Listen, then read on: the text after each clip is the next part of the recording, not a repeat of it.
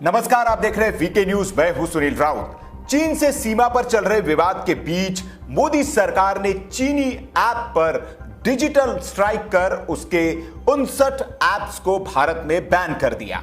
इस पे वो चर्चित और लोकप्रिय ऐप टिकटॉक भी है, जो कई बार विवादों में रही और इसके बैन करने की मांग लगातार उठ रही थी। इन 59 ऐप की लिस्ट में इस नाम को देखकर भारत का एक बड़ा वर्ग जहां खुशी से झूम उठा, तो कुछ लोगों के पेट में मरोड़ भी हुई। हैरान करने वाली बात यह है कि इस ऐप पर जो स्टार हैं और लाखों रुपए कमाते हैं, उनको देश हित में उठाए गए इस कदम से कोई परेशानी नहीं है। उन्होंने सरकार के इस कदम की सराहना भी की है।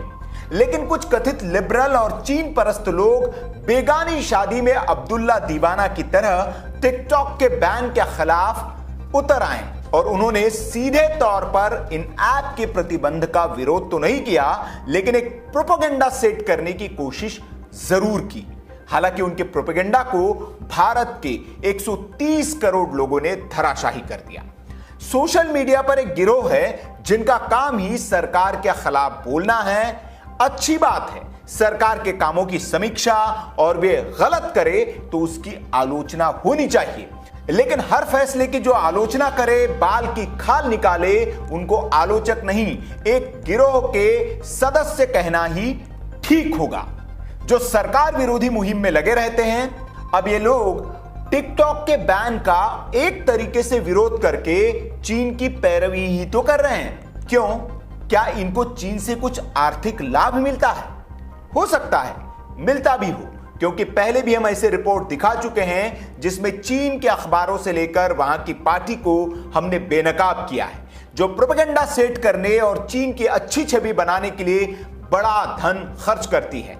और वो दूसरे देशों में ये ज्यादा देती है, क्योंकि उसके देश की मीडिया तो उसके हाथों की कठपुतली है। अब इन लोगों के ट्वीट्स पर नजर डालिए। ये कोई सामान्य लोग नहीं हैं, लेकिन इन्होंने जो ट्वीट किए हैं वो भी सामान्य की श्रेणी में नहीं रखे जा सकते। इनमें से एक देश के बड़े नामी वकील हैं और बाकी कई बड़े संस्थानों में काम करने वाले पत्रकार। इनके ट्वीट की भाषा बिल्कुल वैसी ही है जैसे जब रिश्तेदारी या दोस्ती में किसी से लड़ाई हो जाती है तो एक का बच्चा दूसरे के बच्चे से कहता है कि मेरे अब्बू के पैसे लौटा जो उन्होंने तुम्हें चॉकलेट के लिए दिए थे।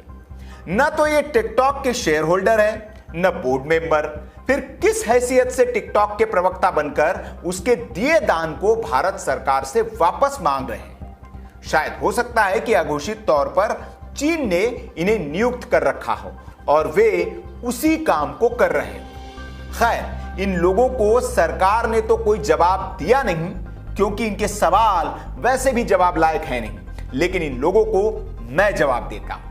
वैसे टिकटॉक या बाकी कंपनियों ने पीएम केयर्स में दान देकर भारत पर कोई एहसान नहीं किया है, नहीं कोई मानवता वाला काम किया है। ये भारत में काम करते हैं, सरकार ने इन्हें यहां काम करने का मौका दिया है और इस मिट्टी से, इस देश के लोगों से वे पैसा कमा रहे हैं। और उसी में से अगर कुछ सरकार को दे भी दिया लोक कल्याण के लिए, तो यह कोई कमाल करने वाली बात नहीं है। वैसे इससे पहले तो सरकारी फंड से निजी संस्थाओं को करोड़ों रुपए दान में दे दिए गए, लेकिन इनमें से किसी ने उसे वापस करने की मांग नहीं उठाई। खैर, वैसे भी टिकटॉक भारत में सबसे बदनाम ऐप है। इसके कुकर्मों की वजह से इस पर पहले भी 2 बार बैन लग चुका है, और वो भी कोर्ट के आदेश के बाद। यह ऐप न सिर्फ अश्लीलता परोसती है, बल्कि कई तरह के अपराधों को बढ़ावा भी देती है। इसलिए इस दागदार ऐप की ओर से अपनी छवि सुधारने के लिए थोड़ा सा दान दे भी दिया तो इसमें कोई महान काम नहीं हो गया। यह हर कंपनी की नैतिक जिम्मेदारी भी होती है और सीएसआर के तहत कानूनी कर्तव्य भी। और चीनी कंपनी ने पीएम केयर फंड में जो पैसे दिए हैं वो चीन के उस पाप के बदले कहीं कम हैं, जिसकी वजह से भारत का अरबों रुपए का नुकसान हो रहा है और हजारों लोग बेवक्त मर रहे हैं। चीन के इस कोरोना पाप के लिए पूरा उसके मुल्क को बेच भी दिया जाए और तो दुनिया का कर्ज नहीं उतर सकता। इसलिए चीन के अघोषित प्रवक्ताओं से कहना चाहूंगा कि कभी तो देश के साथ खड़े हो जाओ, क्योंकि चीनी कंपनियों से मिलने वाली खैरात उतनी नहीं हो सकती जितना ये देश आपको देता है। इसलिए देश हित के मुद्दों पर अपने चीनी मालिकों की चमचागिरी में लगकर बेवजह का प्रोपेगेंडा खड़ा मत करो।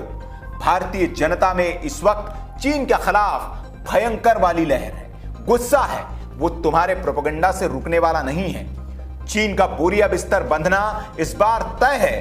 कुछ लोग कह रहे हैं कि ऐप बैन करने से चीन का क्या बिगड़ जाएगा, तो उन्हें भी बता दूं कि भारत के इस एक्शन से बीजिंग भी हिल गया है और वो इस मसले पर बयान जारी कर अपनी खींच भी निकाल रहा है, क्योंकि वो अच्छे से जानता है ये तो शुरुआत है और अभी उसकी तो बैंड बड़े जोर शोर से बजेगी और जनाजा भी निकलेगा। तो आप लोग भी तैयार रहो चीन के जनाजे में शामिल होने के लिए, क्योंकि मातम मनाने वाले लोगों की भी जरूरत पड़ेगी और उस वक्त के लिए अपनी ऊर्जा और ट्वीट्स को बचा कर रखो। तो टिकटॉक के पैसे वापस मांगने वाले इन लोगों को यह जवाब आपको पसंद आया हो तो इस वीडियो को लाइक जरूर करें, शेयर भी करें ताकि ये वीडियो उन लोगों तक पहुंच सके।